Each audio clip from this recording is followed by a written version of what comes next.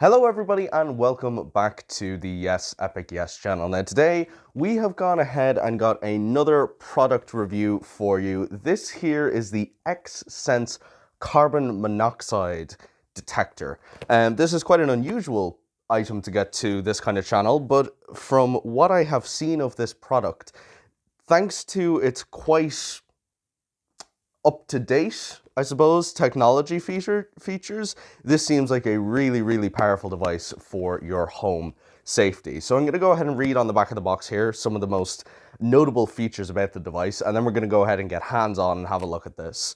So with this device, you have a clearly displayed carbon monoxide concentration level, which is, I believe, this little LCD display here, with a loud 85 decibel alarm tone to basically wake up anybody, even if they were as asleep as anything.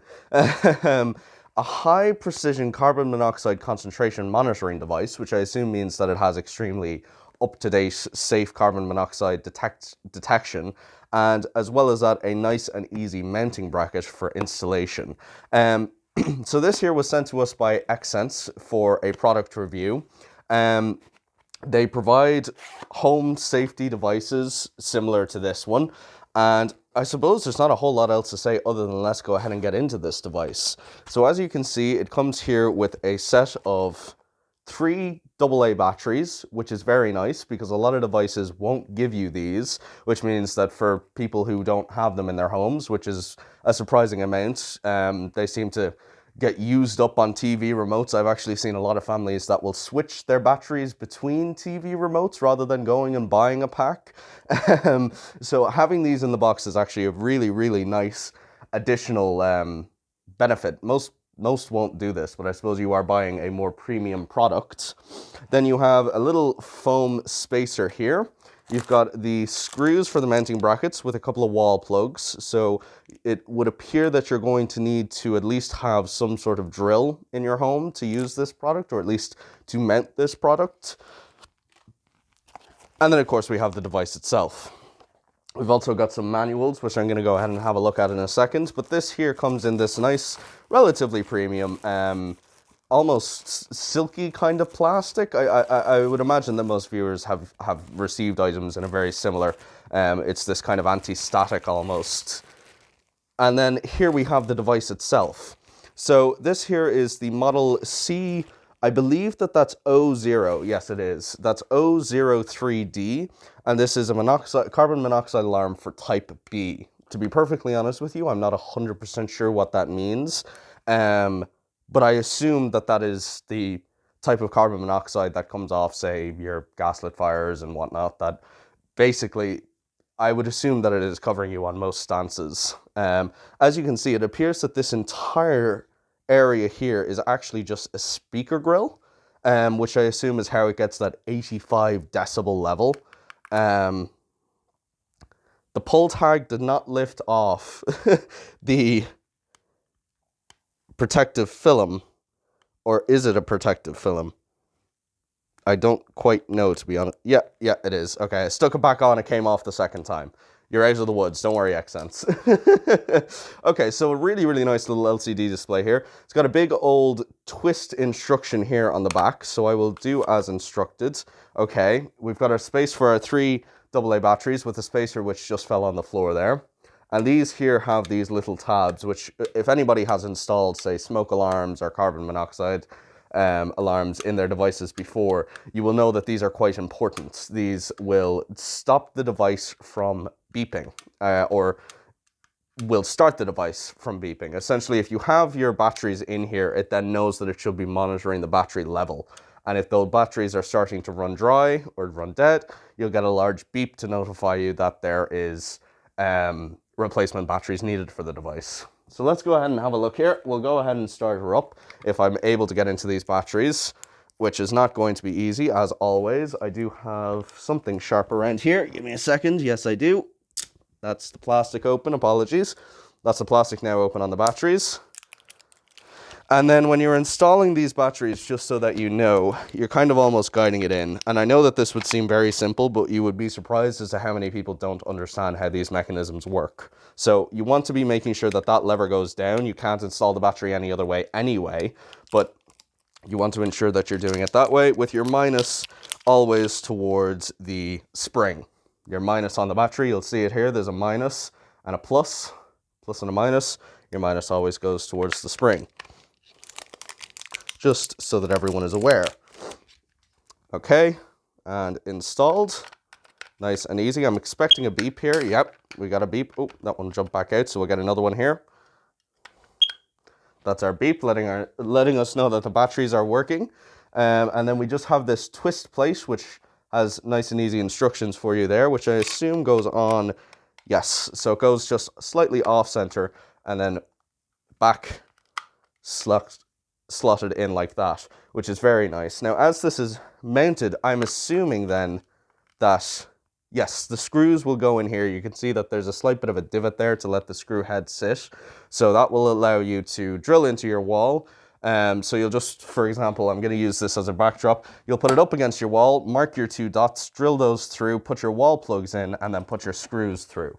And that's going to be that setup. Now, I do recommend highly making sure that you read your instructions with all of these. Certain carbon monoxide detectors will say that they need to be placed at higher up levels, whereas most carbon monoxide detectors should be placed at lower levels, because carbon monoxide is heavier than air, meaning that it will slowly but surely make its way up. So your carbon monoxide levels should be around about knee height to make sure that if there are those kind of carbon monoxide levels, having it up here is not going to be a huge amount of help to you, because it will be higher than your personal breathing space. And if that's the sense, the alarm will be going off potentially after you have already fainted from the carbon monoxide poisoning. So make sure to read your instruction manual to see where these are placed, because it might just save your life. And taking my own advice, I'm going to go here and go ahead and read this. So for a start, they have a 60-day money-back guarantee, which is really, really nice, and a 5-year worry-free warranty, with then an extended warranty to 7 years and a 90-day money-back guarantee if you scan this little QR code here. So make sure to do that. And then we have our instruction manual. And that there is our box empty. So I'm just going to place this down here for a second. We'll go ahead and have a look at our instruction manual. There'll be a lot of information here that is the usual, which of course I have to recommend you to read, but we all know it is the usual.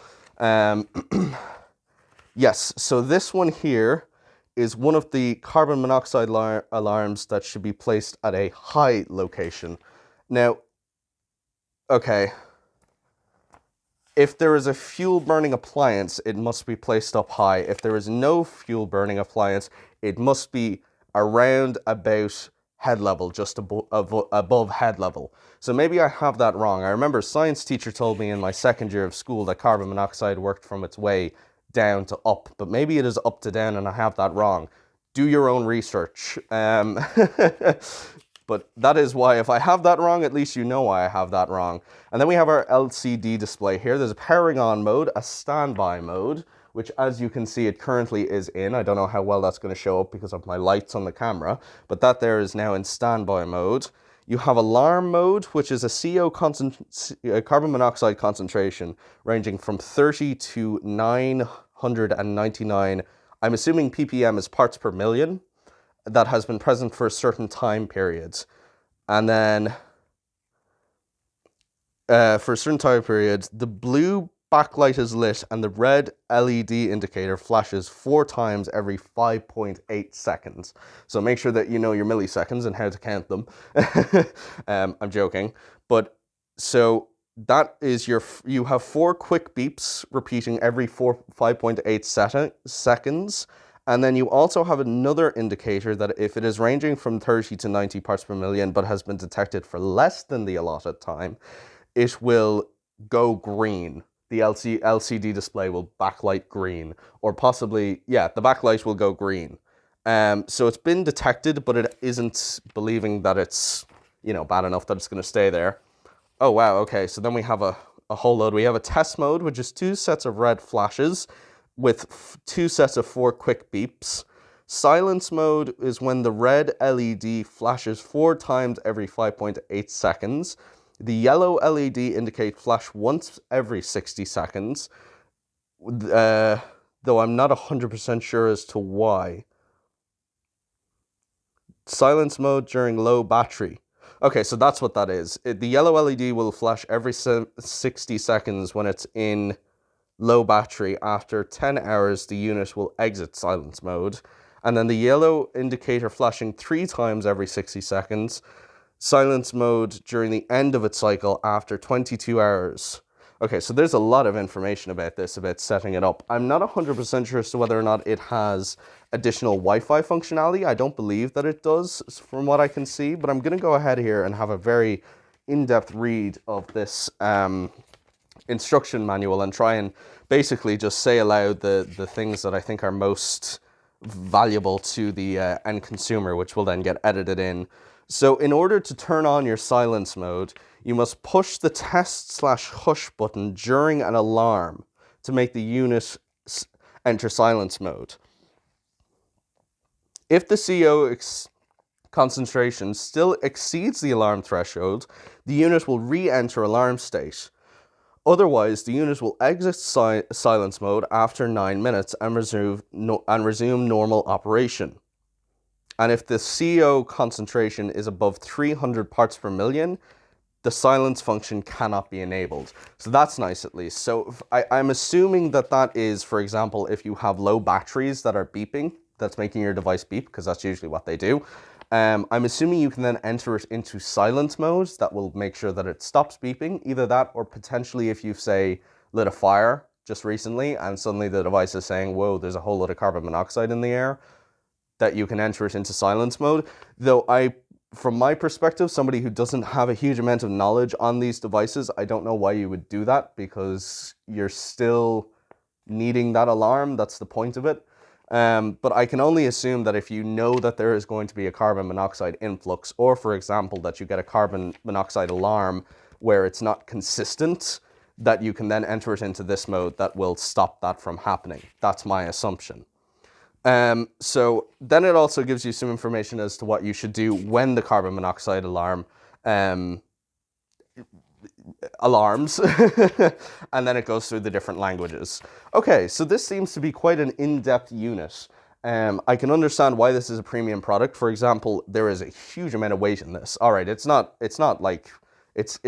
dreadfully heavy, but it's definitely not the same as your, say, smoke alarms that are the little flimsy plastic things that you can barely even feel, or the small carbon monoxide alarms that are just dead light. This is a heavy, heavy product.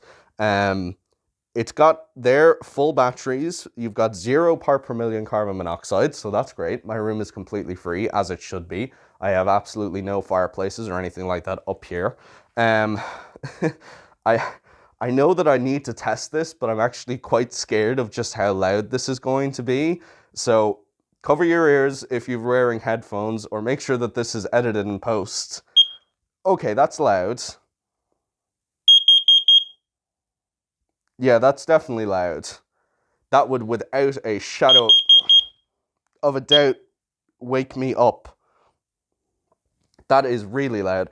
It's not quite at the stage of ears ringing, but if anybody has gone out to, say, a nightclub, and you come out of the nightclub and your ears are just slightly foggy for those brief few minutes before your ears readjust to the outside sounds, that's kind of what it is. It just mutes everything out because it is so much louder than it. And as some of you may or may not know, the decibel scale is exponential. So 1 decibel is not the same as 2 decibels, in the sense that it's not 1 decibel plus another decibel. It is a exponential amount more. So every time you go up a decibel level, you are getting exponentially louder. For anybody who knows linear graphs, your linear would be 1 plus 1 is 2, so it just goes straight like that. Whereas your exponential curves, because you also have, say, 1 to the factor of something, so it keeps getting higher with every number. And that's essentially what these are. The decibel levels are getting higher and higher and higher every decibel that you go up by an exponential amount. So It's a very, very loud device, that's for sure. The mounting doesn't seem dreadfully difficult, though I would say that anybody who doesn't have a drill may struggle slightly. I have seen some of these do sticky plates, which I think would potentially be my one recommendation for the product, that if you get this, maybe buy yourself. I know that, for example, there's a wallpaper plates, you know, the metal plates. Those companies, what they do is they'll leave a protective layer that also then is a completely clean surface. Excuse me. I know that those companies will leave a protective layer, which is a completely clean surface, and then that goes on, and then your sticky stuff goes onto that, which means that they can sell extremely, extremely sticky mounting plates to make sure the device is held there without damaging any of your paint or surfaces.